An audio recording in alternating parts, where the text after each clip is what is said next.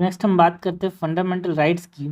तो पार्ट 1 में हमने बात की अबाउट यूनियन टेरिटरीज की, पार्ट 2 में हमने बात की अबाउट सिटीजनशिप की। पार्ट 1 जो था 1 से 4 तक आर्टिकल था, आर्टिकल 5 से लेके 11 तक जो था पार्ट 2 के अंदर था। पार्ट 3 की बात करते हैं जहाँ पे आर्टिकल 12 से लेके 35 तक हम बात करते हैं और फंडामेंटल राइट्स की। ये इंस्पायर्ड कहाँ से हैं? यूएसए से। It is also called as magna carta of India. ये पॉलिटिकल डेमोक्रेसी को प्रमोट करते हैं एंड एक government of law and not by man, इसको ये बढ़ावा देता है। आर्टिकल 12 की बात करें तो आर्टिकल 12 के अंदर डिफाइन किया गया है, ठीक है। तो ये पॉलिटिकल डेमोक्रेसी को प्रमोट करता है। यहाँ पे क्वेश्चन आते हैं भाई, तो ये जो है आर्टिकल 12 जो है defines the government and parliament of India. इसके अंदर गवर्नमेंट के अंदर आते हैं किसी भी, मैंने बोला सिर्फ गवर्नमेंट बोला था, गवर्नमेंट के अंदर कौन आता है? जो गवर्नमेंट है, जो पार्लियामेंट ऑफ इंडिया है, जो गवर्नमेंट ऑफ स्टेट है, गवर्नमेंट स्टेट लेजिस्लेचर है, ऑल दी लोकल अथॉरिटीज़ हो गए, वो सब गवर्नमेंट के डेफिनेशन के अंदर आते हैं। दैट इज स्टेटरी और non statutory authorities like LIC, ONGC, SAIL, ये भी हमारे पास गवर्नमेंट, अगर कोई आपसे बोले कि ये गवर्नमेंट प्रॉपर्टी है तो उसके अंदर गवर्नमेंट के डेफिनेशन में ये आता है। आर्टिकल 12 जो है वो डिफाइन करता है गवर्नमेंट को, ये याद रखना है। आर्टिकल 13 क्या बोलता है? It declares that all laws that are inconsistent with or in derogation of any of the fundamental rights shall be void. ऐसा कोई भी नियम जो कि फंडामेंटल राइट्स के इनकंसिस्टेंट हो, फंडामेंटल राइट्स को फॉलो ना करे, है ना, उसके साथ एक तरह से अपोजिट में हो, अगर फंडामेंटल राइट्स के विरुद्ध कोई भी बात बोले तो वो क्या होगा? वो वॉइड होगा, वो नकारा जाएगा। ये हो गया आर्टिकल 13। या नाउ आर्टिकल 14 से 18 तो हम क्या बोलते हैं? Right to equality. And article 14 क्या बोलता है? Equality before the law. Equality before the law हमने ब्रिटिश कॉन्स्टिट्यूशन से लिया है यार, ठीक है। And equal protection of law जो है एक अमेरिकन कॉन्सेप्ट है। इक्वल प्रोटेक्शन ऑफ लॉ याद रखने का तरीका क्या है? इक्वलिटी बिफोर द लॉ में 1 2 3 3 वर्ड है, ब्रिटिश छोटा है, 1 2 3 4 4 वर्ड्स हैं, इसमें अमेरिका बड़ा है। तो इक्वलिटी बिफोर द लॉ की बात करें सो ये बोलता है absence of any special privileges, है ना, and equal subjection to law. तो आपसे कोई पूछा जाएगा absence of any special privileges ये क्या है? इक्वलिटी बिफोर द लॉ है कि इक्वल प्रोटेक्शन ऑफ लॉ है? तो absence of any special privileges is equality before the law. And equality की बात की जाए तो यहाँ पे इक्वलिटी और इक्वलिटी एक साथ नहीं है, इक्वलिटी और इक्वलिटी एक साथ नहीं है। मतलब इक्वलिटी ऑफ ट्रीटमेंट की बात की जाए तो आप बोलना ये इक्वल प्रोटेक्शन ऑफ लॉ की बात की जा रही है। हर सर्कमस्टांसेस में equal circumstances, equality of treatment under equal circumstances, ये वाला जो कॉन्सेप्ट है वो हमारे पास इक्वल प्रोटेक्शन ऑफ लॉ के अंदर बात की जाती है। एंड इक्वलिटी ऑफ लॉ जो है ये बोलता है कि no person is above the law. Equality before the law मतलब नियम के ऊपर कोई नहीं है, ये एक नेगेटिव कॉन्सेप्ट है। And like should be treated like means equal protection of the equality of treatment की बात की जाए मतलब आप समझना, एक आदमी छोटा हाइट का है, एक आदमी बड़ा हाइट का है, दोनों को मैच देखना है तो कुर्सी लगा के जो मैच दिखाई इसको हम क्या बोलेंगे? इसको हम बोलेंगे इक्वल प्रोटेक्शन ऑफ लॉ, ठीक है। Like should be treated alike, ये एक पॉजिटिव कॉन्सेप्ट है। एंड इक्वालिटी, है ना, स्पेशल प्रिविलेजेस का absence is called as equality of law and likes to be treated alike is equal protection of law. और equality of treatment under equal circumstances वो हमारे पास equality equal protection of law की बात की जा रही है, ठीक है। इक्वालिटी बिफोर द लॉ एक नेगेटिव कॉन्सेप्ट है और इसी के अंदर रूल ऑफ लॉ की बात की जाती है ना। इक्वलिटी बिफोर द लॉ के अंदर रूल ऑफ लॉ की बात की जाती है जहाँ पे आर्बिट्री पावर का एब्सेंस देखने को मिलेगा रूल ऑफ लॉ के अंदर। And equality before the law होता है and constitution is the result of right of individual. या रूल ऑफ लॉ के अंदर कॉन्स्टिट्यूशन जो है राइट्स ऑफ इंडिविजुअल के कारण बना। एंड इंडियन सिस्टम के अंदर constitution is the source of individual rights. Okay, तो हमने बात की rule of law. Rule of law भी हमने ब्रिटिश कॉन्स्टिट्यूशन से लिया है। And equality before the law ये हमने कहाँ से लिया है? ब्रिटिश कॉन्स्टिट्यूशन से। And equal protection of law जो है अमेरिकन कॉन्सेप्ट है जो कि बात करता है about equality of treatment under equal circumstances, that is life should be treated right. लोग कंफ्यूज आते हैं, इसको इससे मैच करते हैं, इसको इससे याद रखने का तरीका है कि इक्वालिटी इक्वालिटी के साथ नहीं है। अगर इक्वालिटी बिफोर द लॉ की बात की तो इक्वालिटी ऑफ ट्रीटमेंट की बात नहीं होगी। ये हो गया आर्टिकल 14 यार। आर्टिकल 15 जो है वो बात करता है about the prohibition of discrimination on certain ground. कौन से ग्राउंड्स हैं? RRCSP, religion, race, caste, sex and place of birth के बेसिस में हमारे पास डिस्क्रिमिनेशन को प्रोहिबिट करना is what we called article 15 यार। ये बोलता है कि कोई डिस्क्रिमिनेशन नहीं किया जाएगा only on the ground of race, religion, caste, sex और प्लेस ऑफ बर्थ। ठीक है, रेस, रिलीजन, कास्ट, सेक्स और प्लेस ऑफ बर्थ के बेसिस में कोई भी डिस्क्रिमिनेशन नहीं किया जाएगा। Article 15 is related to what? यहाँ पे एजुकेशन इंस्टीट्यूशन, एक तरह से आप बोल सकते हो कि एजुकेशन इंस्टीट्यूशन में आपको कोई रेस्ट्रिक्ट नहीं कर सकता। No restriction in public places, shop, restaurants, except अगर कोई special provision women and childrens के द्वारा वुमेन एंड चिल्ड्रंस के लिए बनाया नहीं गया हो, except for any special provisions जो कि advancement of socially and educationally backward classes के लिए नहीं बनाया हो। मतलब एक तरह से एजुकेशन की बात की जा रही है, जो EWS के बारे में जो एजुकेशनल इंस्टीट्यूट में यहाँ पर डाला गया है। तो ये वाला आप समझना। And special privileges for economically backward section जो है मेन, यही हमसे पूछा जाता है कि EWS वाला जो कॉन्सेप्ट है वो आर्टिकल 15 के अंदर आएगा, आर्टिकल 16 के अंदर आया, तो आर्टिकल 15 के अंदर आया। It is something that is related to education as well. ठीक है, आर्टिकल 16 जो है वो भी बात करता है अबाउट इक्वलिटी ऑफ अपॉर्चुनिटीज़। ठीक है, पब्लिक एम्प्लॉयमेंट में आपको क्या मिलेगा? Equality of opportunities. सो कोई भी डिस्क्रिमिनेशन नहीं किया जाएगा यहाँ पे एम्प्लॉयमेंट के अंदर रेस, रिलीजन, कास्ट, सेक्स और प्लेस ऑफ बर्थ के बेसिस में। एंड यहाँ पे दो चीज़ें और आ गई है, डिसेंट और resident.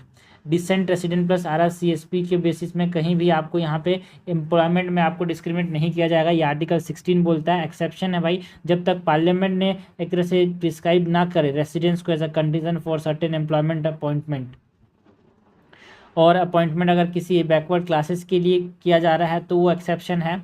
N appointment to the office जो कि रिलीजियस या फिर डिनोमिनेशनल इंस्टीट्यूशन के साथ रिलेटेड है तो यहाँ पे ये नहीं होगा। एंड कभी कभी अपॉइंटमेंट किसी इकोनॉमिकली वीकर सेक्शन को फेवर कर सकता है, तो ये एक्सेप्शन हो गया। ठीक है, इक्वालिटी ऑफ अपॉर्चुनिटीज़ नहीं तो पब्लिक एम्प्लॉयमेंट में हर इंसान को दिया जाएगा respective of race, religion, caste, sex, place of birth, descent और रेसिडेंस। ये ऐड होता है इसके अंदर, 7 चीज़ें हैं। ठीक है, ये हो गया आर्टिकल 16 यार। So it is something that is related to employment and article 15 is something that is related to education as well. Education के साथ उसके अलावा भी आपको रेस्ट्रिक्ट नहीं कर सकता पब्लिक प्लेस में, शॉप्स में, रेस्टोरेंट्स में, only on the basis of race, religion, caste, sex, place of birth. जब तक जैसे कि कोई पर्टिकुलर जगह सिर्फ और सिर्फ वुमेंस के लिए होता है, चिल्ड्रंस के लिए होते हैं, वो सब स्पेशल प्रोविजंस हैं हमारे पास। जब तक कोई स्पेशल प्रोविजंस नहीं बनाया गया हो EWS वाले सेक्शंस के लिए या फिर इकोनॉमिकली वीकर सेक्शंस के लिए या फिर एजुकेशनली या फिर सोशली बैकवर्ड क्लासेस के लिए, तो तब तक कोई आपको यहाँ पे डिस्क्रिमिनेट नहीं कर सकता। ये आर्टिकल 15 बोलता है। And article 16 is related to what? Opportunities, equality of opportunities in public employment. Article 17 जो है जो कि बात करता है अबाउट एबोलिशन ऑफ अनटचेबिलिटी यार। And untouchability is a offense under the protection of civil rights act of 1955। एंड ये अनटचेबिलिटी टर्म जो है वो कॉन्स्टिट्यूशन में कहीं भी डिफाइन नहीं है भाई। ठीक है, सो ये हमने बात की आर्टिकल 17 की। आर्टिकल 18 जो है वो की बात करता है अबाउट एबोलिशन ऑफ टाइटल्स की। मतलब जो हेरिडिटरी टाइटल्स हैं लाइक महाराज, राज बहादुर, ये हेरिडिटरी टाइटल्स जो हैं वो सब नहीं इस्तेमाल कर सकता कोई कि बाप से जो मिला हो। ठीक है, ओनली हेरिडिटरी टाइटल्स का इस्तेमाल नहीं कर सकता। लाइक अगर मैं डॉक्टर बनना हूँ तो मेरे डॉक्टर वाले इस्तेमाल कर सकते हैं। ठीक है, नेशनल अवार्ड्स जो हैं वो टाइटल्स के तौर पे इस्तेमाल नहीं कर सकता। एकेडमिक टाइटल्स को इस्तेमाल कर सकता है लाइक डॉक्टर, इंजीनियर, है ना। बाकी जो टाइटल्स हैं लाइक किसी को पद्म विभूषण मिला, पद्मश्री बुरा, तो जो नेशनल अवार्ड वो सब इस्तेमाल कर सकते हैं। बाकी जो नेशनल अवार्ड्स हैं do not amount for titles under article 18 यार। ठीक है, नेशनल अवार्ड जो होते हैं वो इस्तेमाल कर सकते हैं। ठीक है, they do not amount for title. Padma Shri बोल सकते हैं किसी को पद्मश्री, ठीक है, because they do not amount titles. ये इंपॉर्टेंट है भाई, नेशनल अवार्ड्स को इस्तेमाल कर सकते हैं। ये आर्टिकल 18 के अंदर टाइटल्स के अमाउंट टाइटल्स के अंडर नहीं आते, तो इस्तेमाल किया जा सकता है। तो अभी तक हमने बात की about the right to equality की। नेक्स्ट बात करते हैं about the right to freedom की, जो कि आर्टिकल नंबर 19 से 20 तक के अंदर बात की जाती है ना। राइट टू फ्रीडम आर्टिकल 19 से 22 तक भाई, नॉट 19 एंड 20।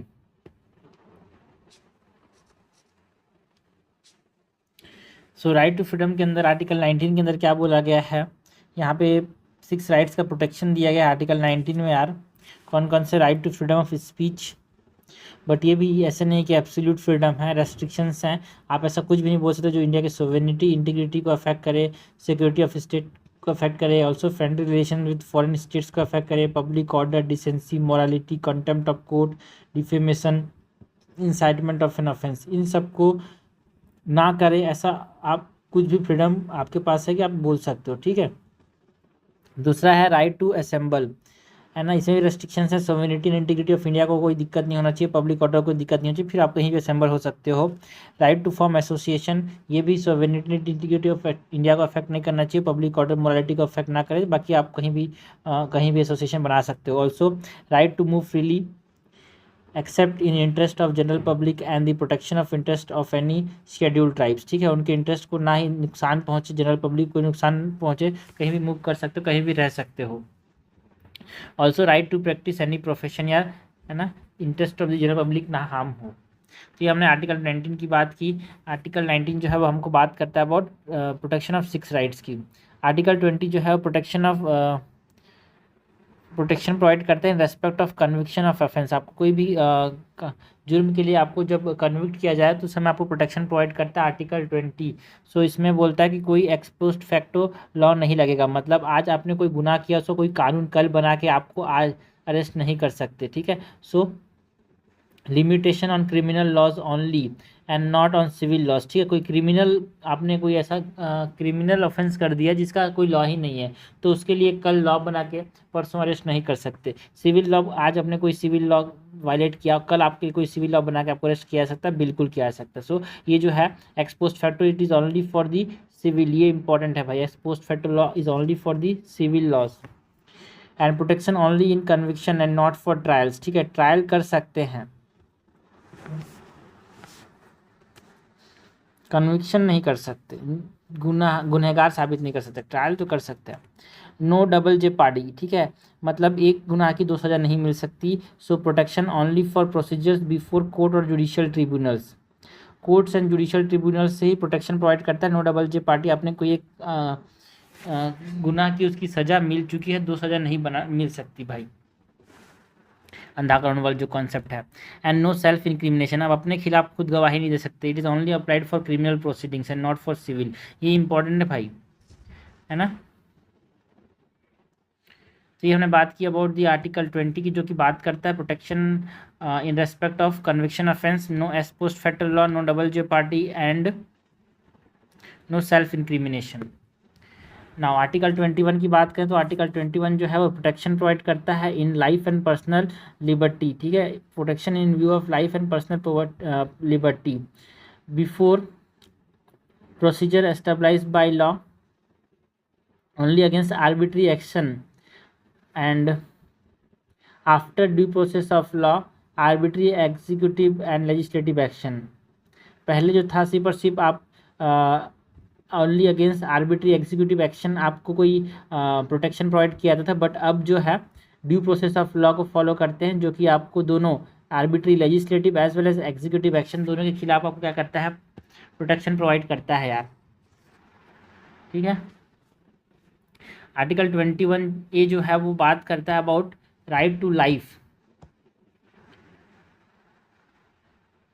ठीक है। यहाँ पे इस चीज़ को याद रखना भाई, यहाँ पे arbitrary as well as executive, arbitrary as well as executive action, ठीक है।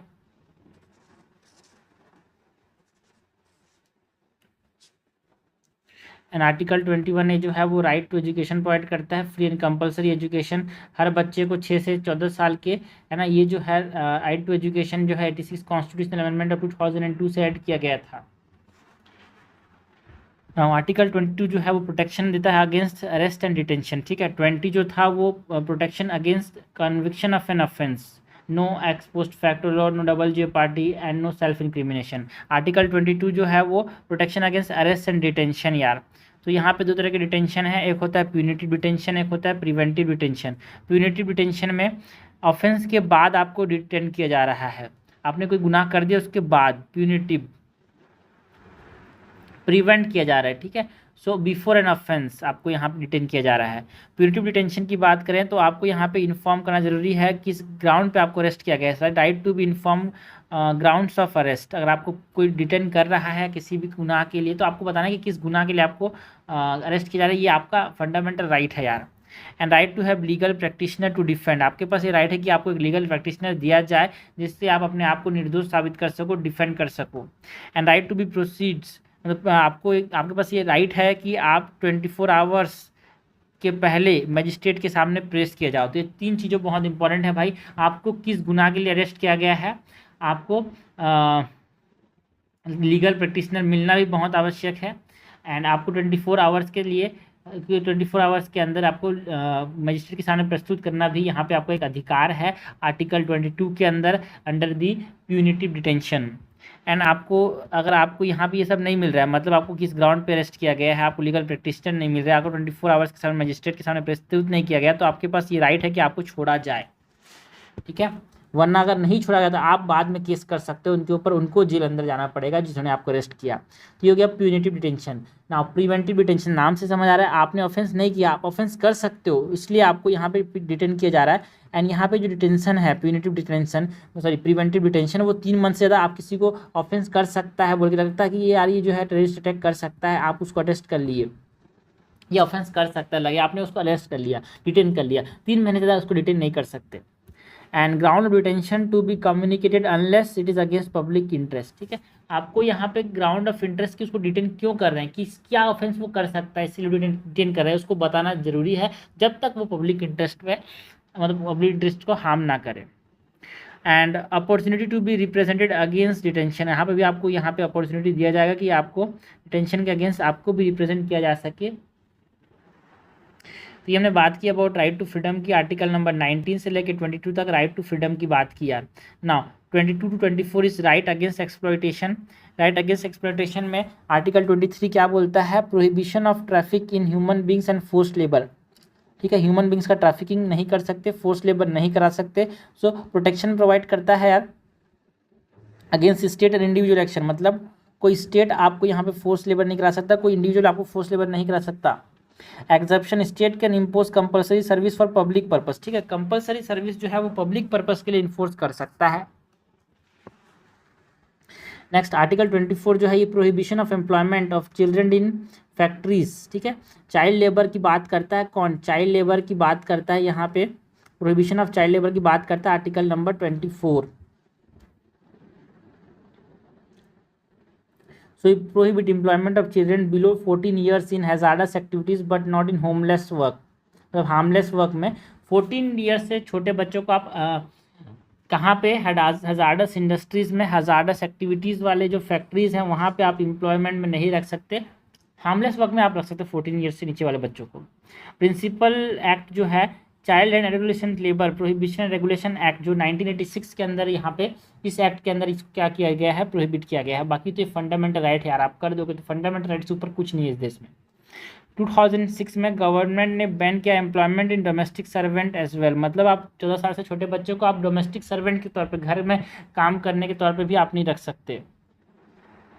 हार्मलेस वर्क तो छोड़ो, आप किसी भी काम में रख सकते 14 साल से छोटे बच्चे को, ठीक है। Right to freedom of religion की बात करें तो आर्टिकल 25 से 28 तक फ्रीडम ऑफ रिलीजन की बात करते हैं। 24 जो है वो चाइल्ड लेबर को प्रोहिबिट करने की बात करते हैं। आर्टिकल 25 जो है वो freedom of conscience, free profession, practice, propagation of religion, ठीक है। Practice, propagation and profession and conscience, PPPC 3PC की बात करता है, मतलब practice, propagation and profession and conscience, freedom of religion, इसको फ्रीडम प्रोवाइड करता है। Freedom of conscience, free profession, practice and propagation of religion के बारे में बात करता है article 25। It cover both religious belief as well as religious practice, belief and practice दोनों आते हैं इसके अंदर। वेयरिंग एंड केयरिंग किरपान जो है वो प्रोफेशन है सिख रिलीजन का, तो आप उनको रोक नहीं सकते। हिंदूज में यहाँ पे Hindu, Sikhs, Jains and Buddhist चारों को ऐड किया गया है। एंड सब्जेक्ट टू, ठीक है आप ऐसा, ठीक है आप कहीं भी प्रैक्टिस कर सकते हो, प्रोफेशन कर सकते हो, प्रोपागेट कर सकते हो, कॉन्शियंस है फ्रीडम आपका, freedom of conscience of religion है, बट पब्लिक ऑर्डर इफेक्ट नहीं होना चाहिए, मॉरलिटी किसी का नहीं जाना चाहिए, हेल्थ एंड अदर प्रोविजंस जो कि फंडामेंटल राइट के साथ रिलेटेड हैं वो किसी और के हार्म नहीं होने चाहिए। बाकी आप कुछ भी यहाँ पे रिलीजन के साथ रिलीजन के लिए कर सकते हो। Freedom to manage religious affair की बात करें तो आर्टिकल 26 जो है वो freedom to manage religious affair की बात करता है, मतलब आप स्टेबलाइज कर सकते हो रिलीजियस पर्पस के लिए इंस्टीट्यूशंस। तो आपसे कोई पूछा जाएगा establishment of institution for religious purpose, it comes under article 26 यार। And right to manage its own affair, ठीक है आप रिलीजियस इंस्टीट्यूशन बना सकते हो, उसको खुद मैनेज कर सकते हो। Right to own property also, वहाँ पे आप प्रॉपर्टी भी ओन कर सकते हो, एडमिनिस्टर कर सकते हो उस प्रॉपर्टीज़ को। And subject to public order, morality, health, but not other provisions relating to fundamental rights, किसी और फंडामेंटल राइट्स के प्रोविजंस को इफेक्ट नहीं करना चाहिए।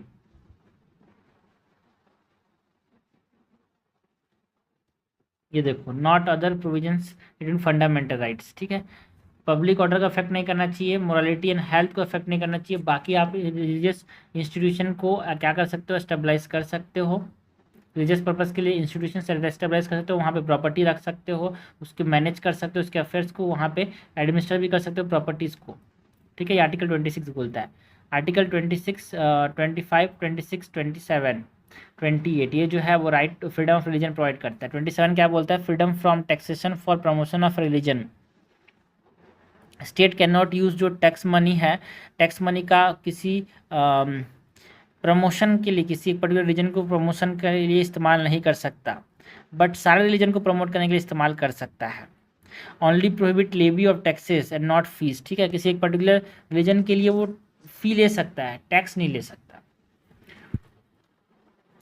आर्टिकल 28 जो है freedom from attending religious instructions, ठीक है सो इंस्टीट्यूशंस जो कि मेंटेन किए जा रहे हैं पूरे के पूरे स्टेट्स के द्वारा, वहाँ पे आप रिलीजियस इंस्ट्रक्शंस प्रोवाइड नहीं कर सकते।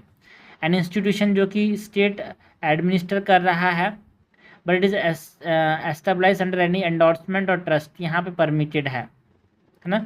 Institution administered by the state but established under endorsement or trust, किसी ट्रस्ट के अंदर यहाँ पे बनाया गया है तो वहाँ पे religious institutions is permitted. And ऐसे institution that is recognise by the state, and institution जो है उसको एड भी दे रहा है तो यहाँ पे परमिटेड है बट ऑन वॉलेंट्री बेसिस, ठीक है भाई। तो जो होली मेंटेन किया जा रहा है वहाँ पे प्रोहिबिटेड है, बाकी थोड़ा सा वो ले रहा है स्टेट से फ़ायदा या फिर एंडोर्समेंट और ट्रस्ट के बनाया तो वहाँ परमिटेड है।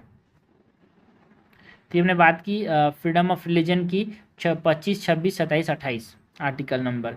Now cultural and educational rights की बात करें तो आर्टिकल 29 एंड 30। आर्टिकल 29 जो है ये बात करता है protection of interest of minorities यार, है ना। कल्चरल एंड एजुकेशनल राइट्स को प्रोटेक्ट करने की बात करता है, protection of interest of minorities, so protection in both for minorities as well as majorities, minority as minorities दोनों के लिए है भाई। ये माइनॉरिटी इंटरेस्ट बोला जा रहा है तो ऐसे नहीं कि सिर्फ माइनॉरिटी को ना, मेजोरिटी और माइनॉरिटी दोनों के इंटरेस्ट को प्रोटेक्ट करने की बात करता है आर्टिकल 29 जो है। Any section of citizen has the right to conserve its language, script and culture, कोई भी सेक्शन सिटीजन्स का वो अपने लैंग्वेज को, स्क्रिप्ट को एंड कल्चर को प्रोटेक्ट कर सकता है आर्टिकल 29 के अंदर। And can not deny admission to educational institution based on community he belong, किस कोई पर्टिकुलर कम्युनिटी से कोई बिलोंग कर रहा है उसलिए आप एजुकेशनल इंस्टीट्यूशन में किसी को डिनाई नहीं कर सकते, ये आर्टिकल 29 के अंदर माइनॉरिटीज़ को प्रोटेक्शन दिया गया है। आर्टिकल 30 की बात करें तो वो किसके बारे में बात करता है, right of minorities to establish and administer educational. देखो रिलीजियस इंस्टीट्यूशन जो है वो हमारे पास आर्टिकल 26 के अंदर आ जाता है कि आप रिलीजियस इंस्टीट्यूशन बना सकते हो, है ना, एडमिनिस्टर कर सकते हो, मैनेज कर सकते हो, 29 के अंदर आता है। बट आप एजुकेशनल इंस्टीट्यूशन बना सकते हो, उसको चला सकते हो, एजुकेशनल इंस्टीट्यूशन जो है वो आर्टिकल 30 के अंदर आता है, ठीक है। Right of the minorities to establish and administer educational institution, है ना, ओनली फॉर माइनॉरिटीज़, रिलीजियस भी हो सकता है एक तरह से, लिंग्विस्टिक इंस्टीट्यूशन भी हो सकता है ये, रिलीजियस पर्पज़ के लिए, धर्म को बढ़ावा देने के लिए या फिर कोई लैंग्वेज सिखाने के लिए। यहाँ पे जो minority it is not defined in the constitution यार, ठीक है। Institution that seeks recognisation as well as aid from the state plus जो इंस्टीट्यूशन जो है, अगर हम बात करें एजुकेशनल इंस्टीट्यूशंस, अगर एजुकेशनल इंस्टीट्यूशंस के रेफरेंस में बात करें आर्टिकल 30 के अंदर, तो एजुकेशनल इंस्टीट्यूशंस में अगर स्टेट जो है इनको रिकॉग्नाइज करता है, उनसे स्टेट ऐड लेते हैं, या फिर institution that seek only recognisation from the state not at, तो they are subject to regulatory powers of the state. यार यहाँ पे स्टेट का थोड़ा मोड़ा इन्वॉल्वमेंट है तो उसको रेगुलेट कर ही सकता है। An institution that neither seek nor recognisation nor aid from the state, तो ये free to administer their affairs. यार जो माइटी इंस्टीट्यूशन है, स्टेट से कुछ लेना देना नहीं है, तो अपने एडमिनिस्टर कर सकते हैं अफेयर्स को। ठीक है, तो ये हमने बात किया about the cultural and educational rights की 29 एंड 30 की। Now right to constitutional remedies की बात करते हैं। राइट टू कॉन्स्टिट्यूशनल रेमेडीज़ में हम आर्टिकल 32, 33, 34 एंड 35 की बात करते हैं। तो राइट टू कॉन्स्टिट्यूशनल रेमेडीज़ के अंदर आर्टिकल 32 क्या बोलता है? It is the very soul of the constitution and it is heart of it. ये इंपॉर्टेंट आर्टिकल 32 जो है कॉन्स्टिट्यूशनल रेमेडीज़ जो है एक तरह से ये heart and soul of the constitution है, बिकॉज आपने फंडामेंटल राइट तो बना दिया, आप उसमें प्रोटेक्ट नहीं कर पाए तो दिक्कत हो जाएगा। So right to move to the supreme court for fundamental rights, अगर आपका फंडामेंटल राइट्स वायलेट होता है तो आप सीधा सुप्रीम कोर्ट जा सकते हो। And supreme court has the power to issue writs, अगर आपके फंडामेंटल राइट्स इन्फोर्स नहीं हो रहे हैं तो सुप्रीम कोर्ट के पास ये पावर है कि वो रिट्स इशू कर सके। आदेश कितने तरह के होते हैं, किस प्रकार के होते हैं, हम देखेंगे रिट्स क्या होते हैं, है ना। तो ये सुप्रीम कोर्ट के पावर है। Parliament can empower any other court to issue direction. यार ठीक है, सुप्रीम कोर्ट नहीं है तो पार्लियामेंट और भी किसी कोर्ट को भी यहाँ पे आदेश दे सकता है। And right to move supreme court can be suspended by president during national emergency. आपका फंडामेंटल राइट यहाँ पे वायलेट हो रहा है, अगर आप सुप्रीम कोर्ट के पास जा रहे हो तो इसको जो है प्रेसिडेंट इसको क्या कर सकता है, सस्पेंड कर सकता है नेशनल इमरजेंसी के समय। ये प्रोविजंस हमने कहाँ से लिए हैं? जर्मनी से। Suspension of fundamental right during the emergency, Germany से प्रोविजन लिया है। And fundamental rights is the part of basic structure and constitutional remedies, right to constitutional remedies are the part of the basic structure। यार तो हमने बात किया पर article 32 की, तो यहाँ पे एक बात होती है आर्टिकल 32 में रिट्स की, सुप्रीम कोर्ट के पास आप जा सकते हो उसकी। आर्टिकल नंबर 33 जो है वो एम्पावर करता है पार्लियामेंट टू रेस्ट्रिक्ट और abrogate fundamental rights of the member of armed forces, paramilitary forces, police forces, intelligence agencies या फिर कोई एनालॉगस फोर्सेस हैं, तो उनके जो फंडामेंटल राइट्स है उसको यहाँ पे पार्लियामेंट, याद रखना पार्लियामेंट, यहाँ पे प्रेसिडेंट नहीं है पार्लियामेंट है, ये बात कन्फ्यूज़ किया जाता है। तो पार्लियामेंट जो है वो कोई आर्म फोर्सेस का फंडामेंटल राइट्स को, स्पेशल इंटेलिजेंस फोर्सेस का, पुलिस फोर्सेस का, है ना, पैरामिलिट्री फोर्सेस का, क्योंकि फंडामेंटल राइट का मतलब ऐसे नहीं कि आप इंडिया के जो गोपनीय सूत्र हैं उसको सबको बताते जाओ, तो उनको यहाँ पे ये रोक सकता है ना, पावर का रेस्ट्रिक्ट कर सकता है।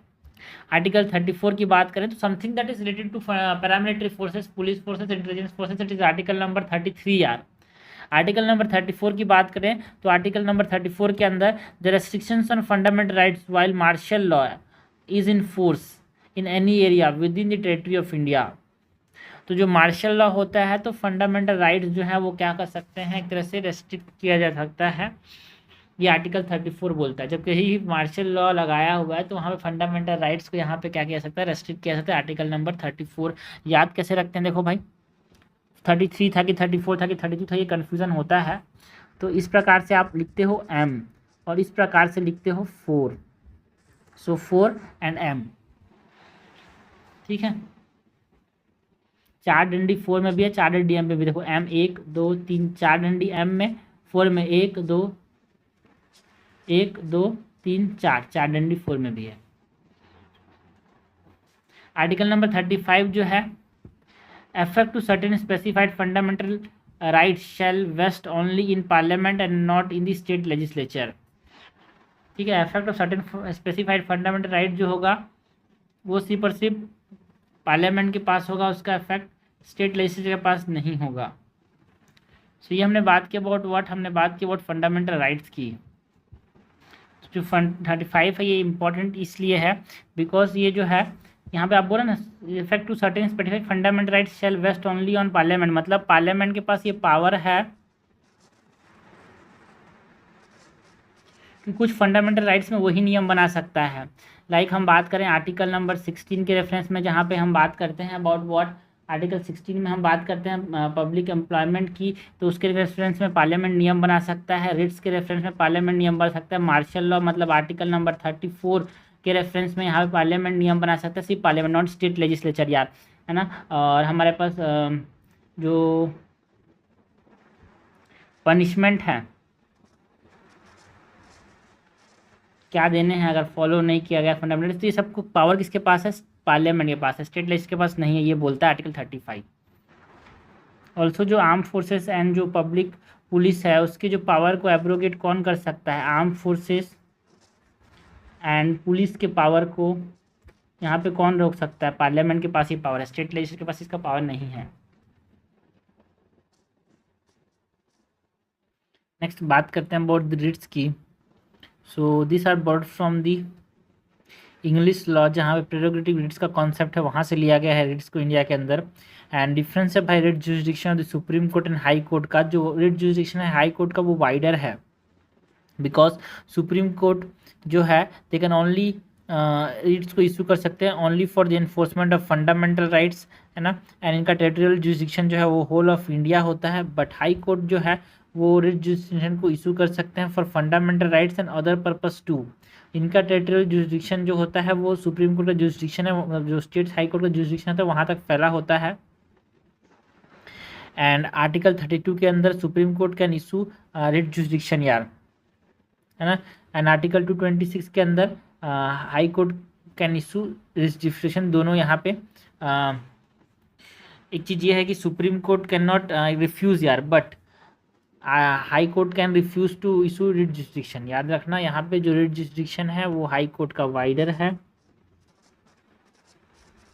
देन सुप्रीम कोर्ट, ठीक है। यहाँ पे जो हमारे पास रिट्स जो हमको याद रखने हैं, जो कि बहुत बार लोग कंफ्यूज होते हैं, सबके ट्रिक्स बना के रखे हैं वो आपको मैं बताऊंगा यार। सबसे पहले तो हेबियस कॉर्पस।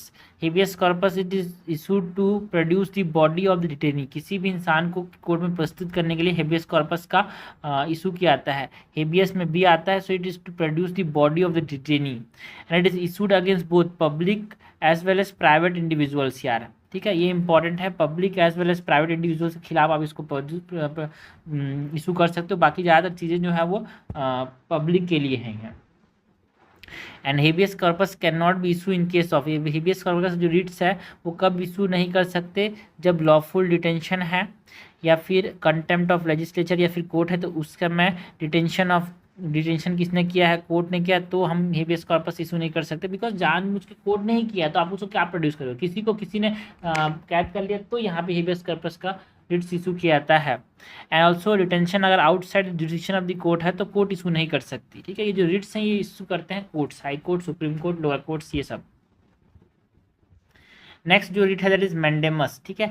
मैंडेमस में डी आ रहा है, सो ड्यूटी परफॉर्म करने के लिए, so it is issue to public official जो कि अपना ड्यूटी परफॉर्म नहीं कर रहा है, तो अपनी ऑफिशियल ड्यूटी को परफॉर्म करने के लिए पब्लिक ऑफिशियल के खिलाफ यहाँ पे इशू किया जाता है मैंडेमस, किसके द्वारा, कोर्ट के द्वारा, है ना। It can also be issue to public bodies and inferior court, जो सुपीरियर कोर्ट है वो इन्फीरियर कोर्ट्स को, किसी पब्लिक ऑफिस को ये बोल सकती है यार यहाँ पे कि अपना काम कर यार, ठीक से काम नहीं कर रहा है। And this mandamus can not be issued against private individual, ठीक। पब्लिक ऑफिस और हाई लो इन्फीरियर कोर्ट्स के खिलाफ ही इशू किया जा सकता है, पब्लिक इंडिविजुअल के खिलाफ आप सिर्फ हेबियस कॉर्पस को इशू कर सकते हो। ऑल्सो किसी भी डिपार्टमेंटल इंस्ट्रक्शन को फॉलो नहीं हो रहा है तो उसको इन्फोर्स नहीं कर सकते, डिपार्टमेंटल इंस्ट्रक्शंस अगर हैं तो उसके खिलाफ आप इसको इन्फोर्स नहीं कर सकते। किसी डिपार्टमेंट ने किसी पर्टिकुलर चीज़ को इन्फोर्स करने के लिए कुछ इंस्ट्रक्शन दिए हैं तो आप उसको नहीं बोल सकते कि भाई देखो, आप कोई ऊपर वाला कोर्ट नहीं बोल सकते भाई तू अपना काम नहीं कर रहा है। And for discretionary duties and जो कॉन्ट्रेक्चुअल ऑब्लिगेशंस होते हैं उसके अगेंस्ट आप इसको जो मैंडेमस है to perform the duty of public officials को बोलते हैं, वो इशू कर सकते हैं। Also against president, governor, chief justice of high court क्या आप इशू नहीं कर सकते मैंडेमस। हेबियस में to produce the body, mandamus में to perform the official duty. Next is prohibition, जो प्रोहिबिशन का रिट है यहाँ पे पी भी आ रहा है, एच भी आ रहा है, सो ये टू प्रिवेंट, है ना, एक्सीडिंग इज जुरिस्डिक्शन, ठीक है। हायर कोर्ट जो है एच आ रहा है, हायर कोर्ट जो है लोअर कोर्ट को इशू करते हैं to prevent exceeding their jurisdiction यार। And it can only be issued against judicial and quasi judicial authorities. Prohibition जो है इसको प्रिवेंट करने के लिए, किस चीज़ को प्रिवेंट करने के लिए, हायर कोर्ट्स जो है लोअर कोर्ट्स को इशू करते हैं to prevent their jurisdiction. Next जो रिट है सर्चुरियो, इसमें आर आ रहा है to review, so it is issued by higher courts lower courts को इशू करती हैं कि ना, to prevent also to review their decision, अपने डिसीजन को रिव्यू करें। And can be issued against administrative authorities, जो सर्शोरियो का जो रिट है उसको एडमिनिस्ट्रेटिव अथॉरिटीज़ के खिलाफ भी यहाँ पे आप इशू कर सकते हो। नेक्स्ट जो लास्ट रिट है दैट इज को वारंटो। क्यों जो है वो क्लेम करने के लिए इस्तेमाल किया जाता है, QC, ठीक है। क्यू जो है क्लेम करने के लिए, QC याद रखना। जैसे क्वारंटाइन सेंटर हमारे पास, मैं क्वारंटाइन सेंटर में रहता हूँ तो QC से याद रखना, QC मतलब क्वारंटाइन सेंटर, मतलब जो कोवारंटो है it is for claiming, it is for claiming.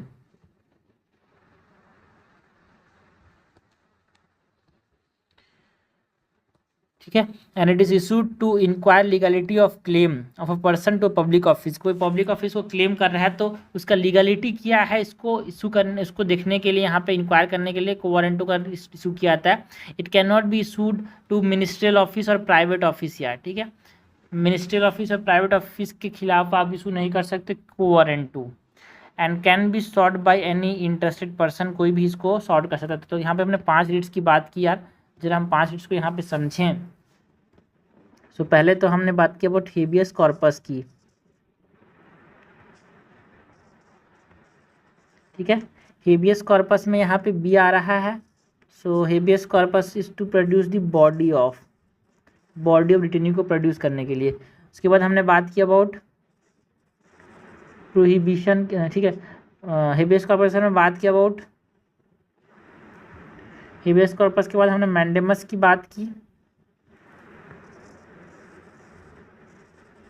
Mandamus के बाद प्रोहिबिशन की बात की, फिर सर्शोरियो, फिर हमने बात की अबाउट को वारंटो, ठीक है। 5 चीज़ की बात की। तो habeas corpus to produce the body of, mandamus में DRI to perform their duty, public office officer को हायर कोर्ट लोअर कोर्ट को इशू कर सकते हैं, पब्लिक ऑफिस को भी इशू किया जा सकता है। प्रोहिबिशन में P से प्रोहिबिशन, P से प्रिवेंट करना है अपने को, हायर कोर्ट जो है वो लोअर कोर्ट को इशू करते हैं टू प्रिवेंट देयर जुरिस्डिक्शन, ठीक है। सर्शोरियो में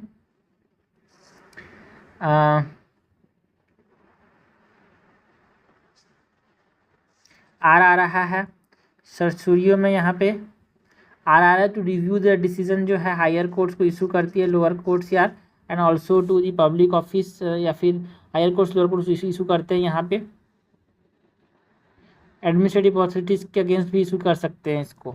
कोवारंटो QC से याद रखना है, क्वारंटाइन सेंटर, Q से कोवारंटो इज टू क्लेम यार, ठीक है। Issued against the by what authority you are claiming, ठीक है।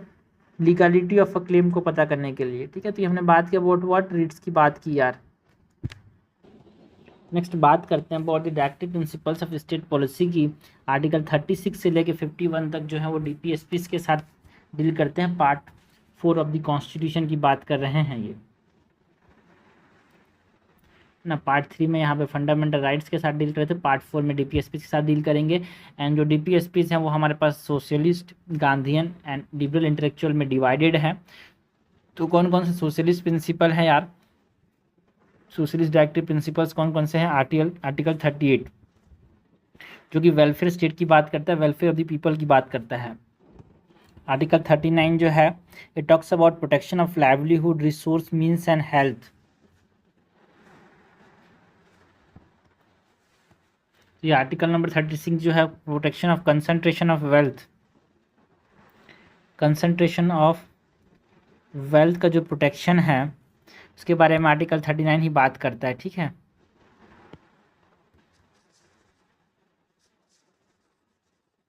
Concentration of wealth. And article 39A it talks about what equal justice and free legal aid की बात करता है 39A।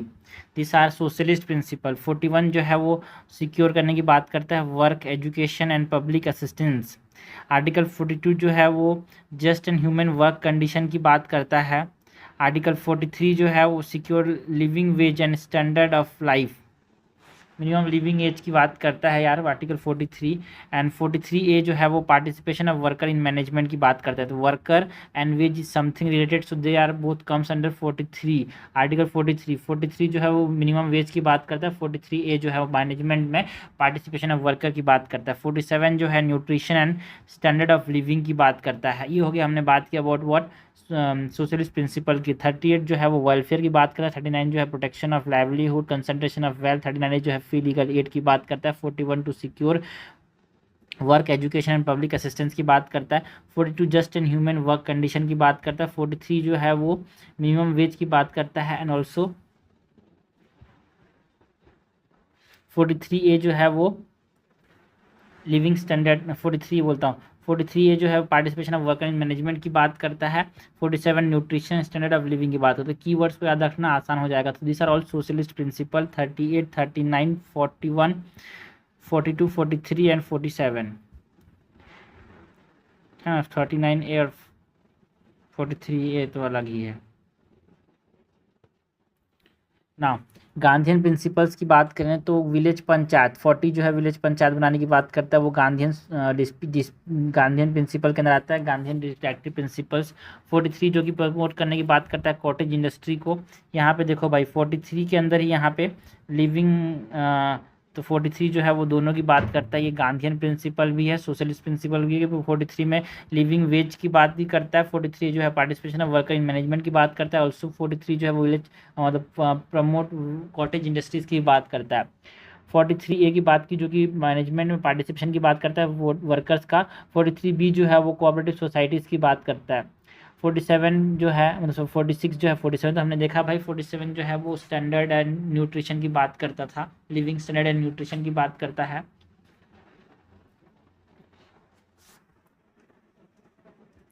फोर्टी सिक्स जो है वो empowerment of SCs, STs and other weaker section की बात करता है। 47 जो है यहाँ पे न्यूट्रिशन स्टैंडर्ड ऑफ लिविंग की बात कर रहा है, तो बोलता है कि आप प्रोहिबिट करो इंटॉक्सिकेशन है ना, जो इंटॉक्सिकेटिंग ड्रग्स एंड अल्कोहल है वो सबको आप प्रोहिबिट करो, ये 47 बोलता है। तो 47 and 43 is both socialist as well as Gandhian principle यार। कुछ प्रोविजंस दोनों के, कुछ गांधीयन प्रिंसिपल्स के अंदर आते हैं, कुछ सोशलिस्ट प्रिंसिपल के अंदर। 48 जो है वो बात करता है about prohibition of cow slaughter and other milch. तो ये हमारे पास गांधीयन प्रिंसिपल है डायरेक्टिव प्रिंसिपल्स का। ठीक है, आपको यहाँ पे ऑप्शन देके बहुत सारे पूछ रहे हैं कि कौन सा गांधीयन है, कौन सा सोशलिस्ट है। लास्टली हम बात करते हैं लिबरल इंटेलेक्चुअल प्रिंसिपल्स की। तो आर्टिकल 44 इंपॉर्टेंट है भाई। Article 44 is UCC which is liberal intellectual principle यार। आर्टिकल 45 जो है वो किसके बारे में बात करता है, child care and education up to 6 year. ठीक है, ये भी इंपॉर्टेंट है। 21 एक फंडामेंटल राइट्स एंड आर्टिकल 45 जो है वो एजुकेशन के बारे में बात करता है। Also the 86 constitutional amendment act से ऐड हुआ था ये। ठीक है, आर्टिकल 48 जो है वो एग्रीकल्चर एनिमल हस्बेंड्री की बात करता है। यहाँ पे एग्रीकल्चर एनिमल हस्बेंड्री, तो यहाँ पे क्लाउड सेक्टर को प्रोटेक्ट करने की बात भी करता है। तो 48 is both Gandhian principle and liberal intellectual principle यार। 48 में यहाँ पे काउ सेक्टर को रोकना है ना, एनिमल हस्बेंड्री की बात करता है। 48A जो है वो इन्वायरमेंट को, फॉरेस्ट को एंड वाइल्ड लाइफ को प्रोटेक्ट करने की बात करता है। 49 जो है वो मॉन्यूमेंट्स को प्रोटेक्ट करने की बात करता है। 50 इंपॉर्टेंट है भाई, separation of judiciary from executive. Article 50 is important.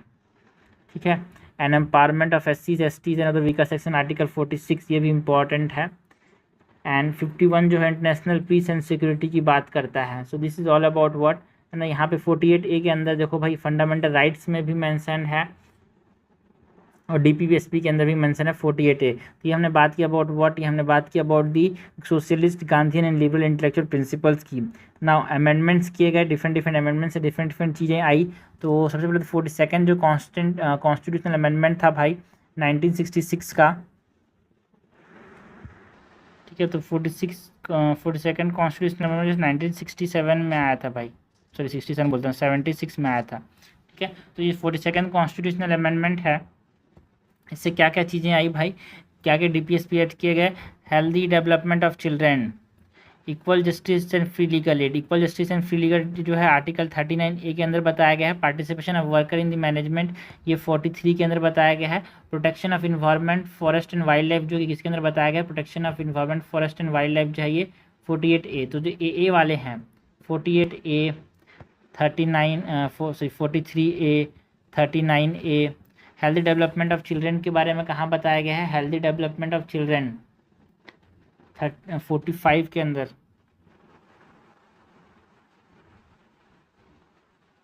ये हमारे पास 42nd कॉन्स्टिट्यूशनल अमेंडमेंट से ऐड किए गए, ठीक है। 39A 43A 48A, ये बाद में आएगा तभी तो ये आएगा ना। 44th कॉन्स्टिट्यूशनल अमेंडमेंट जो 1968 में हुआ था, 2 साल बाद, उसमें मिनिमाइज़ करने की बात की गई, इनइक्वालिटी को मिनिमाइज इनइक्वालिटी करने की बात की जाती है। आर्टिकल नंबर 39 में कंसंट्रेशन ऑफ वेल्थ को यहाँ पे क्या करना है भाई, प्रिवेंट करना है, मिनिमाइज करना है इनइक्वालिटी को। एंड आर्टिकल 86 कॉन्स्टिट्यूशनल अमेंडमेंट जो था उससे यहाँ पे 45 आर्टिकल में यहाँ पे सब्जेक्ट मैटर चेंज किया गया and made it a fundamental right. 45 मैंने बताया ना भाई, यहाँ पे 45 में child care and education up to 6 years की बात की गई थी, उसको पहले सिर्फ DPSP में था, तो उसको यहाँ पे फंडामेंटल राइट किया गया, ठीक है। ये 45 39A 43A 48A। Cooperative societies के बारे में यहाँ पे 43B जो है वो 97 कॉन्स्टिट्यूशनल अमेंडमेंट से 2011 में लाया गया, ठीक है ना। फंडामेंटल राइट्स एंड DPSP के बीच में एक कॉन्फ्लिक्ट हमको देखने को मिला, कौन बड़ा है। चंपकम दुराई राजन केस के अंदर 1951 में फंडामेंटल राइट्स ज़्यादा बड़े हैं DPSP एंड देखो भाई दोनों को अमेंड किया जा सकता है, ये बोला गया है। गोलकनाथ केस ने 1967 में बोला कि देखो फंडामेंटल राइट्स का कैन नॉट बी अमेंडेड, सबसे इंपॉर्टेंट पॉइंट है। किस केस ने, बस एक ही ऐसा केस है जिसने बोला कि फंडामेंटल राइट्स है ना can not be amended to implement DPSP से, ये सबसे इंपॉर्टेंट है। बाकी जितने भी हैं Champakam 2024 constitutional amendment, Keshav Bharati 42nd constitutional amendment, सब में बोला गया कि हाँ भाई fundamental rights can be amended to implement DPSP से। एक प्रकार से ये देखिए सब यही बोल रहे थे, बट जो गोलकनाथ केस है उसके अंदर ये बोला गया कि नहीं, fundamental rights can not be amended to implement DPSP, ठीक है। चंपाकम दुराराजन ने बोला कि फंडामेंटल राइट्स को भी अमेंड कर सकते हैं यहाँ पे, ठीक है। गोलकनाथ केस में नहीं, fundamental rights can not be amended to implement DPSP। जो 24th कॉन्स्टिट्यूशनल अमेंडमेंट था उसमें fundamental rights can be amended and 24th constitutional amendment से यहाँ पे इंसर्ट किया गया आर्टिकल 31C, जहाँ पे ये बोला कि जो आर्टिकल 39B है एंड C है वो आर्टिकल 14 एंड 19 से ऊपर है। Article number 39B and C क्या बोलते हैं, 39B और C बोलते हैं कि भाई हमारे पास कंसंट्रेशन ऑफ वेल्थ को प्रिवेंट कर सकते हैं, तो उस वो ऊपर आता है, prevent the concentration of wealth, ठीक है। किसी भी प्रॉपर्टी को छीन सकते हैं, मतलब किसी के फंडामेंटल राइट्स को हटा के हम उसके DPSP को इम्प्लीमेंट कर सकते हैं। इसने बोला कि 39B एंड C जो है वो पब्लिक वेलफेयर के लिए हम किसी को प्रॉपर्टी को छीन के डिस्ट्रीब्यूट कर सकते हैं। 39B एंड C जो है वो 14 और 19 से ऊपर है, ठीक है। ये 22nd कॉन्स्टिट्यूशनल अमेंडमेंट में बोला गया। केशव भारती केस 1973 ने बोला कि देखो भाई 31C को सही है, बिल्कुल हम क्या कर सकते हैं 39B और C को इम्प्लीमेंट करने के लिए, मतलब कंसंट्रेशन ऑफ वेल्थ को प्रिवेंट करने के लिए हम क्या कर सकते हैं, आर्टिकल 14 और आर्टिकल जो इनका राइट टू इक्वालिटी है एंड जो राइट टू प्रॉपर्टी है उनका, उसको भी यहाँ पे अमेंड कर सकते हैं। Next 42nd constitutional amendment act आया जो भाई 1976 का। इसने बोला कि ऑल DPSPs जो है वो आर्टिकल 14, 19 एंड 31 के जो कि राइट टू प्रॉपर्टी है प्रकार से इन सबसे ऊपर हैं। DPSP मतलब प्रिवेंशन हम कर सकते हैं, कंसंट्रेशन ऑफ वेल्थ को प्रिवेंट कर सकते हैं, डिस्ट्रीब्यूट कर सकती है सरकार यार। मिनर्वा मिल्क केस ने ही बोला कि देखो भाई 31C जो है 39B और C ये ऊपर है आर्टिकल 14 एंड 19 के, तो सारे केस में से हम क्या बोल रहे हैं कि फंडामेंटल राइट्स ऊपर हैं, ठीक है। बट एक जो केस है गोलकनाथ केस उसने बस बोला कि fundamental rights can not be amended, बाकी हर जगह यहाँ बोला जा रहा है कि fundamental rights can be amended, बस ये चीज़ याद रखना है यार, कन्फ्यूजन खत्म, ठीक है। And 39B it talks about what, distribution of material wealth. 39C talks about prevention of concentration of wealth, ठीक है। 39B में हम डिस्ट्रीब्यूट करेंगे मटेरियल वेल्थ सबको एंड किसी एक इंसान पे कंसंट्रेट नहीं होने देंगे वेल्थ को। ये दोनों को इंप्लीमेंट करने के लिए दोनों ऊपर हैं, 14 article number 14 and article number 19 से it talks about right to property and article 14 equality, है ना। नेक्स्ट हम बात करें फंडामेंटल ड्यूटीज़ की। जो फंडामेंटल ड्यूटीज़ हैं they are introduce by the 42nd constitutional amendment of 1976 यार। एंड ये पार्ट 4A के अंदर मेंशन है, that is article 51A of the constitution. यूएसएसआरसी इंस्पायर्ड है डायरेक्टिव प्रिंसिपल्स जो हैं, and this are added based on the recommendation of Sardar Swaran Singh committee. Swaran Singh committee recommendation से यहाँ पे फंडामेंटल ड्यूटीज़ को ऐड किया गया था। फीचर्स की बात करें तो fundamental duties are non justifiable, मतलब अगर आपका ये फंडामेंटल ड्यूटी फॉलो नहीं हुआ तो आप इसको लीगली एनफोर्स नहीं कर सकते कोर्ट में जाके।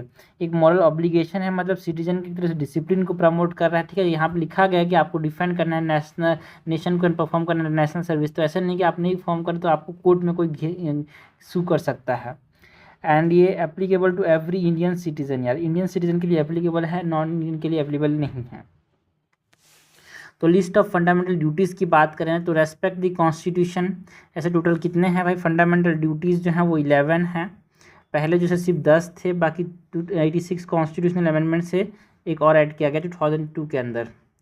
तो फंडामेंटल ड्यूटीज़ की लिस्ट की बात करें तो पहला जो है it is respect the constitution, national flag and national anthem. कभी कभी क्वेश्चन में नेशनल सॉन्ग डाल के आपको कन्फ्यूज़ किया जाएगा, तो नेशनल सॉन्ग जो है ये मेंशन नहीं है फंडामेंटल ड्यूटीज़ के अंदर, national flag and national anthem है। Cherish the ideals of freedom struggle. Third है to uphold sovereignty, integrity and unity of India. Fourth is to defend the nation and perform national service. Fifth is to promote harmony and brotherhood, भाईचारा maintain रखना है यार। Six to preserve India's rich heritage and composite culture.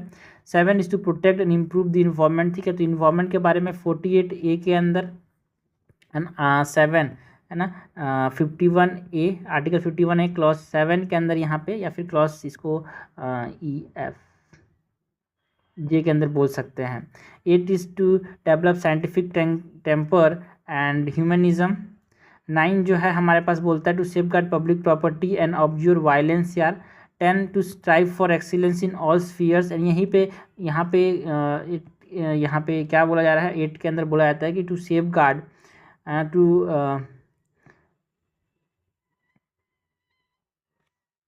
Renounce anything that is derogated to dignity of the women, ठीक है। Women के बारे में भी यहीं पे 8 के अंदर बताया गया है, ठीक है। 10 is to strive for excellence and all sphere, आप और हर स्पीयर में अपने आप को बढ़ा करने की कोशिश करनी, एक्सेल करने की कोशिश करनी है अपने को। 11 नंबर का जो फंडामेंटल ड्यूटी है it talks about to provide education to children यार, ठीक है। एजुकेशन प्रोवाइड करना है चिल्ड्रेन को। 43A के अंदर भी यहाँ पे मेंशन किया गया है एजुकेशन के बारे में। एंड अंडर नंबर 21A जो कि फंडामेंटल ड्यूटी है, फंडामेंटल DPSP है, वहाँ भी और फंडामेंटल ड्यूटी के अंदर मेंशन है। तो एजुकेशन फॉर चिल्ड्रेन यहाँ 43A जो है बोलता है कि आपको 6 साल तक अपने बच्चे को एजुकेट करना है। फ्री एंड कंपल्सरी एजुकेशन की बात करते हैं 6 ईयर्स। तो ये हमारे पास एजुकेशन के बारे में तीनों जगह fundamental rights, DPSPs and fundamental duties तीनों जगह मैंसनड है यार, ठीक है। तो हमने बात करी फंडामेंटल ड्यूटीज़ की। सॉरी यहाँ पे आर्टिकल नंबर 45 के अंदर मैंसनड है एजुकेशन के बारे में, नॉट 43 यार, ठीक है। 43 जो है cottage industries and cooperative societies की बात करता है। 45 जो है वो child care education up to 6 years की बात करता है। एंड कौन सा आर्टिकल है जो कि इन्वायरमेंट के बारे में बात करता है, 48A, ठीक है। तो ये भी हमारे पास फंडामेंटल ड्यूटीज़ के अंदर बात की गई है। एंड 49 जो है प्रोटेक्शन ऑफ मॉन्यूमेंट की बात करता है। ऑल्सो फंडामेंटल ड्यूटीज़ के अंदर जो आइडियल्स हैं, जो हमारे पास मॉन्यूमेंट्स हैं, ऑल्सो जो चीज़ें हैं नेशनल स्ट्रगल की, उसको हमको क्या करना है, रेस्पेक्ट करना है, इसके बारे में बात की गई है। नेक्स्ट हम बात करते हैं अबाउट टाइप्स ऑफ मेजोरिटी, ठीक है। मेजोरिटी फॉर अमेंडमेंट्स की बात करें तो आउटसाइड आर्टिकल 360 अगर अमेंडमेंट हो रहा है तो सिंपल मेजोरिटी की जरूरत पड़ती है। सिंपल मेजोरिटी का मतलब क्या है, 50% of the member present and voting. Suppose stand अगर 273 है तो इसका 50% हमारे पास कितना हो जाएगा, 2 से डिवाइड करेंगे 140 के आसपास मान के चलूँ, 143 के आसपास हो रहा है। तो 143 लोग अगर प्रेजेंट हैं, है ना, 50% ऑफ द मेंबर प्रेजेंट हैं और वोट कर रहे हैं, तो इसका 50% यार। 143 लोग 50% प्रेजेंट हैं, वोटिंग इसका 50%। When loss does not specify any majority, हमको बाय डिफ़ॉल्ट सिंपल मेजोरिटी बोलना है, सबसे आसान है ये। 50% of the member present and voting, तो अगर 143 लोग प्रेजेंट हैं और वोट कर रहे हैं तो सिंपल मेजोरिटी बोलेंगे, उसका मेजोरिटी यार वहाँ पे 50%। नाउ अंडर आर्टिकल 368 की बात की जाए तो special majority and consent of states, दो चीज़ें हैं अंडर आर्टिकल 368। कुछ जगह special majority plus consent of state की जरूरत पड़ती है जहाँ पे फेडरल नेचर इन्वॉल्व है, यानी कि स्पेशल मेजोरिटी। स्पेशल मेजोरिटी का मतलब क्या होता है, more than 50% of the membership, मतलब आपको यहाँ पे सपोज 273 मेंबर्स हैं तो उसका 143 से ज़्यादा वोट्स मिलने ही चाहिए।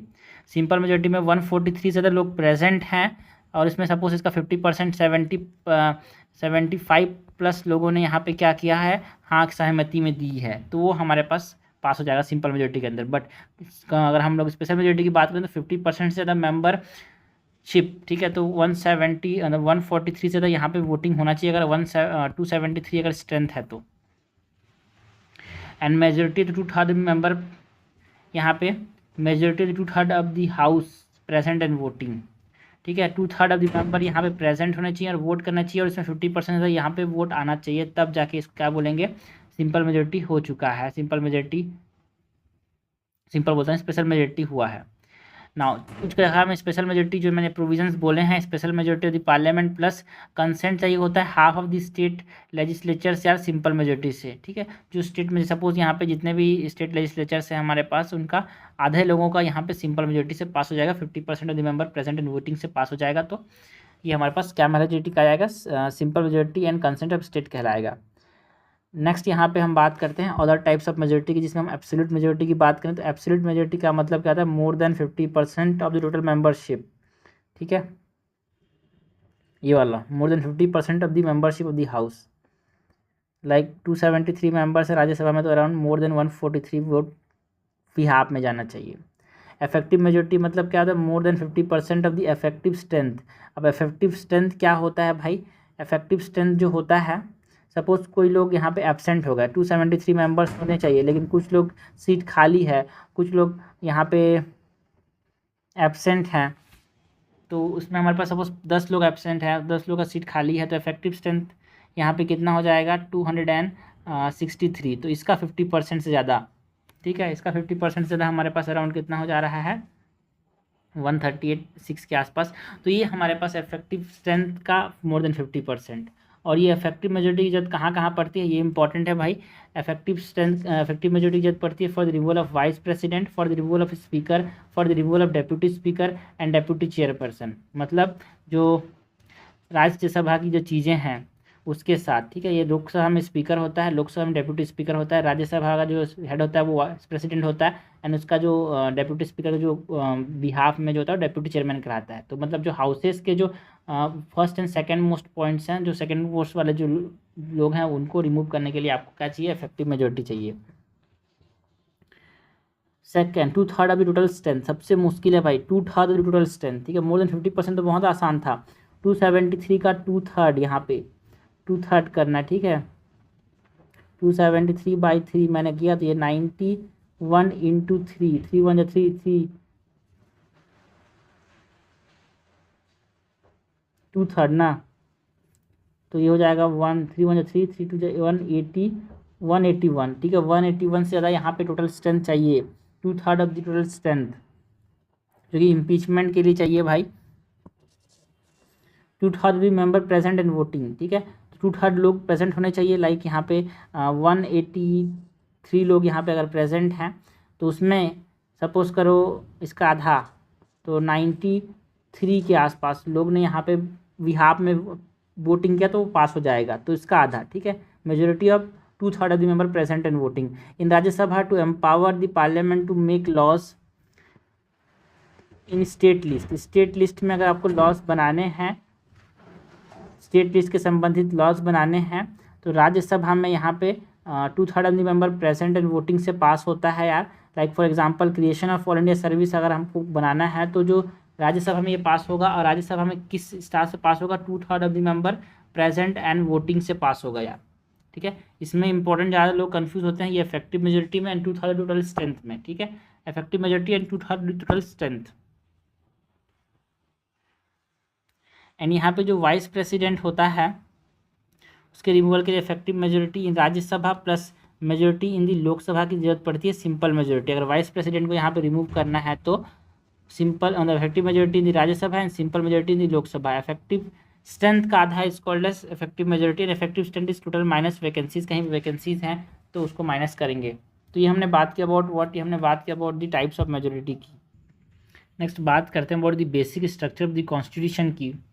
तो जो fundamental principles and the framework that can not be altered और अमेंडेड बाय द पार्लियामेंट, उसको हम क्या बोलते हैं, बेसिक स्ट्रक्चर, जो कि पार्लियामेंट अल्टर नहीं कर सकता, अमेंड नहीं कर सकता, उस प्रिंसिपल्स को, उस फ्रेमवर्क को हम क्या बोल रहे हैं, basic structure of the constitution.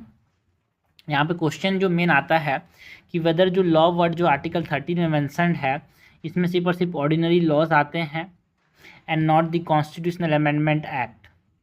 क्या कॉन्स्टिट्यूशनल लॉज भी आते हैं भाई, जो हमारे पास आर्टिकल 13 में बोला गया है उसमें सिर्फ ऑर्डिनरी लॉज और कॉन्स्टिट्यूशनल, बिकॉज लॉ तो यहाँ भी लिखा है, क्या इसमें सिर्फ ओनली ऑर्डिनरी लॉज आ रहे हैं या फिर कॉन्स्टिट्यूशनल लॉज भी आ रहे हैं, क्योंकि आर्टिकल 13 बोलता है कि यहाँ पे 368 से यहाँ पे हम अमेंड कर सकते हैं, तो कॉन्स्टिट्यूशनल लॉज को भी आप 368 से अमेंड कर सकते हो। क्या ये क्वेश्चन अराइज हुआ था?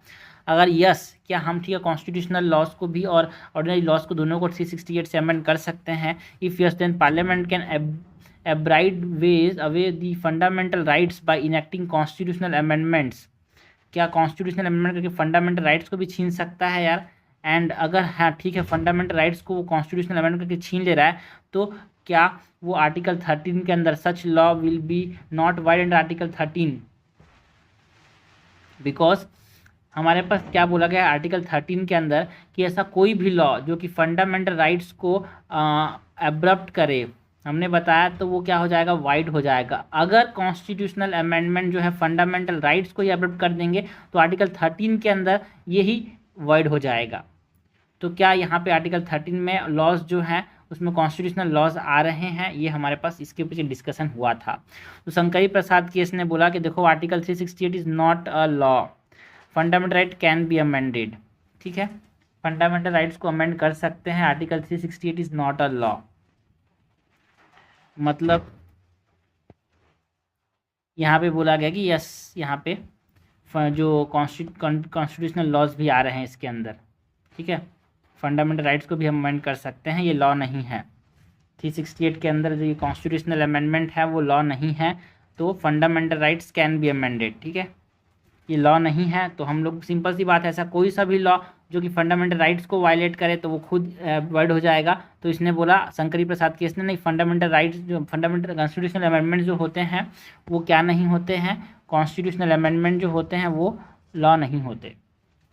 गोलकनाथ केस ने बोला कि देखो भाई आर्टिकल 368 मतलब जो कॉन्स्टिट्यूशनल अमेंडमेंट्स होते हैं वो लॉ होते हैं and fundamental rights can not be amended. अगर आर्टिकल 368 एक लॉ है तो हम क्या कर सकते हैं, फंडामेंटल राइट्स को अमेंड नहीं कर सकते, बिकॉज अगर फंडामेंटल राइट्स को अमेंड करेंगे तो फंडामेंटल राइट्स खुद बोलता है कि अगर कोई भी लॉ फंडामेंटल राइट्स को तोड़ने की कोशिश करे तो वो खुद लॉ नहीं रहेगा।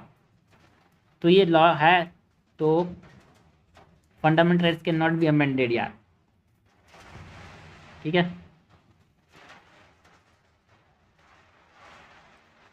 ट्रिक तो सीखे सब समझने की, बहुत सारी चीज़ें। अगर नॉट है, नॉट अ लॉ, बड़ा वर्ड आ रहा है सो छोटा वाला साथ,